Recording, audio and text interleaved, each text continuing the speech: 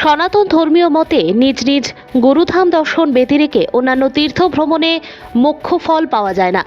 প্রচলিত সেই নিয়মকে পাথেয় করে তীর্থ দর্শন রথ যুগে রবিবার বারুইগ্রাম রাধারমণ আশ্রম দর্শনে এলেন শিলচরের বিভিন্ন ভক্তবৃন্দ। তোরা কে যাবি আয় কে বারুইগ্রামে, বারুইগ্রামের পূর্ণভূমি কি কাম তোর কাশী ধাম।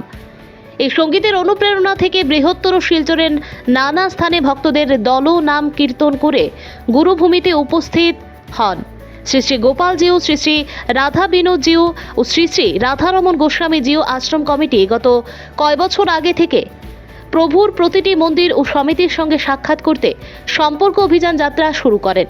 সে থেকে শুরু করে ভাই বোনেরা সম্মিলিতভাবে বিশেষ বাহন যোগে নিজেদের গুরুধাম দর্শন করতে শুরু করেন।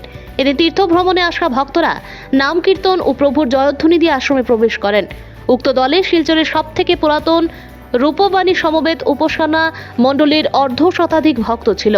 এই উপলক্ষে দিন আশ্রমে দিনব্যাপী ছিল বিবিধ মাঙ্গলিক অনুষ্ঠান। এতে দীক্ষাদান সহ প্রসাদ গ্রহণ, মন্দির পরিক্রমা, নাম কীর্তন শেষে ভক্তরা নিজ নিজ বাড়ির উদ্দেশ্যে যাত্রা করেন। এ প্রসঙ্গে বিধান দাস বলেন, দীক্ষা নেওয়ার পর প্রভুর এই পূর্ণভূমিতে আমরা কজন দর্শন করতে এসে নিজেদের জীবন ধন্য মনে করেছি। উক্ত দলে অন্যান্যদের মধ্যে উপস্থিত ছিলেন নিভা মালাকার, সুব্রত দে, রাজু সাহা, বিমান দে, শিপন পাল, সজলা সূত্রধর প্রমুখ। তাদের সাথে মত বিনিময় করেন আশ্রম পরিচালন সমিতির সম্পাদক তরুণ চৌধুরী, রঞ্জিত রায়, নেপাল রায় প্রমুখ। ভানুচন্দ্রের রিপোর্ট। বিরাট সাহায্য আমরা রাধারমণ পূর্ণিমা করতে পেরেছি। নেক্সট হলো আমাদের লক্ষ্য, আমরা অক্ষতরী বলে একটি ফান্ড করব।